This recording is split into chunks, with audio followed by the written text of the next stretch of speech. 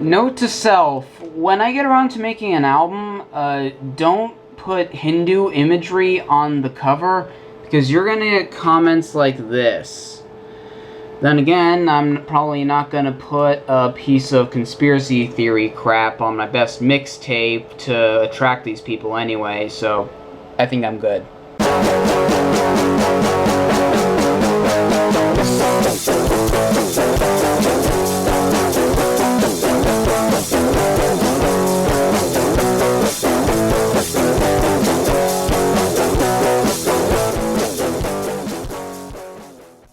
Hey everyone, welcome to another episode of Spin It Reviews, and today I'm going to be talking about the newest album from B.o.B called Psycadelik Thoughtz. Now, I'm not going to go over my history and general opinions of B.o.B's work, mostly because I already went over that in my review of his No Genre 2 mixtape from last year, so if you're interested in that, I'd recommend clicking that link in the description down there to check that out and sort of get my overall thoughts on that, because that is sort of needed for context going into this. But super short version, I thought he was a great accessible hip-hop artist up until around Strange Clouds from 2012, and every project since then has been a couple gold nuggets in a pile of derivative garbage. This includes that aforementioned terribly titled mixtape, which was connected to his great 2010 one in name alone. I'm kinda sad that review didn't get much hate comments and or traction, just because it really shows that B.o.B's relevance has kinda faded over the years. So bringing it to this new one, Psycadelik Thougts, I don't think it was a really good idea for him to basically pull a Drake and announce it only 2 days before it was coming out. But then again, this does seem to be more of a one-off passion project than an actual album in his discography. I don't know, it's kind of this weird in-between thing, but either way, I am reviewing it as if it is his new album. Not only that, but within this announcement, he said, "You've been asking for Bobby Ray, so here's Bobby Ray." In other words, if we're thinking about this in terms of the personas on his B.o.B versus Bobby Ray mixtape from a while back, then this seems to be a return to his less braggadocious and more artistic side. A bold promise for sure, and ones that fans seem to have been clamoring for years, including me. But did he follow through on that?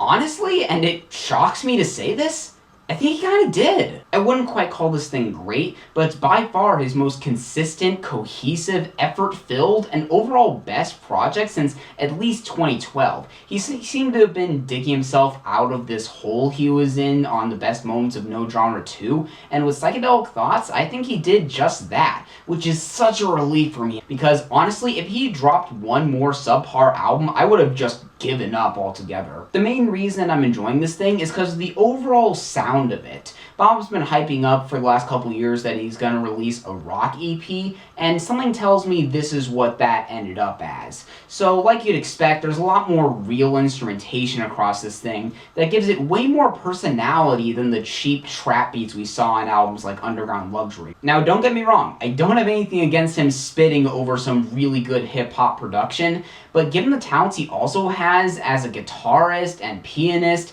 and producer, and even as a pretty decent singer without auto-tune, it's really nice to see him taking advantage of those skills over the full course of a whole album. This is made immediately clear with the title track, with the trippy, wrung-out guitar chords, bubbly synths, and abrasive drum machines all coming together in a way that's a lot better and more cohesive than you'd expect. Then there's some great rock instrumentals in the form of Vibrato and Love Life, full of good guitar solos and drumming, and a generally uplifting vibe from both of them. But another thing that really comes back here that made B.o.B such a big name to begin with is his pop sensibility. Back and Forth was a great choice for the lead single, since to me it feels like what would happen if he had a feature on Random Access Memories between the disco-flavored guitar and beat and those robotic vocoders that pop up throughout the song. For sure, the lyrics are a bit generic and repetitive, but it kind of goes along with the groove of the song, and it's something I can pretty easily overlook. And speaking of Daft Punk, the chorus of the song Hourglass, I don't know if it's the vocoders along with the higher other vocals in it,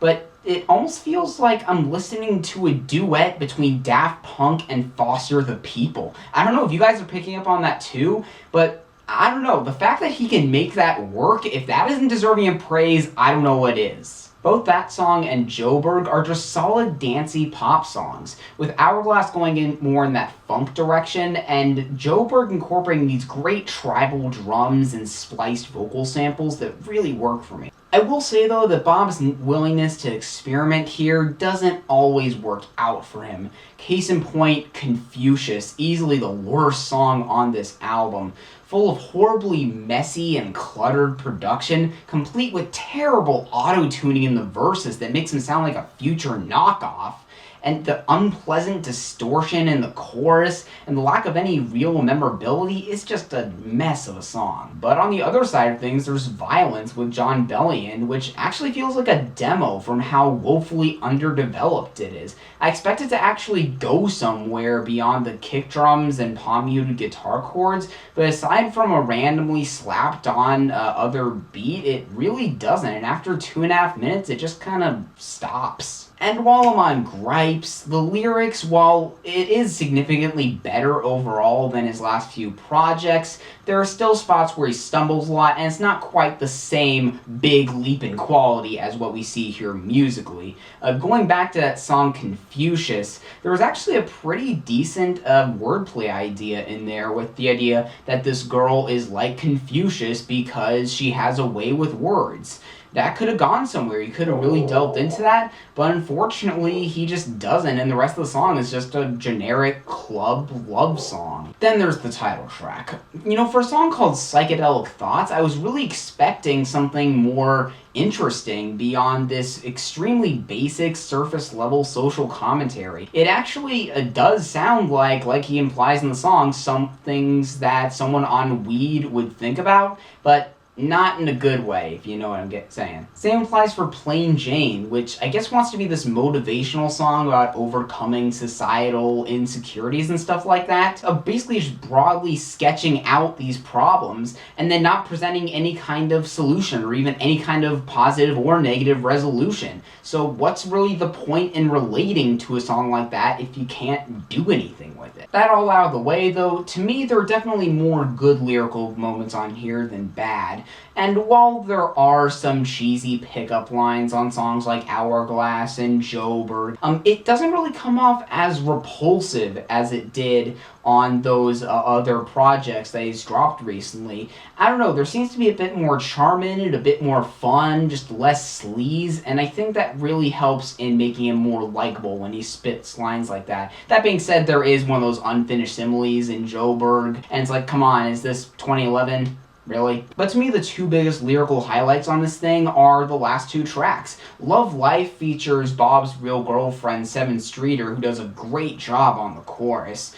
And to me, it feels like a declaration to just focus on the important things in life. To him, that being making good music, focusing on the people in life that'll respect you and stick by you, and just keeping your integrity and your mind right. Not an entirely original message, obviously, but he just portrays it so earnestly and genuinely that it's really easy to go along with, especially considering that I sort of interpret parts of it as like a subtle apology to fans for the last couple years where he was doing anything but making good music and having integrity. And the closer Have Nots follows in a similar vein, with him basically going into his rough childhood. And while sure, songs that are about rising above poverty have been done in hip-hop before, including by B.o.B himself, again, he's just so vivid in his descriptions of this stuff and it comes off so sincere. It's the kind of song that revels in one's success that I find the most likable personally.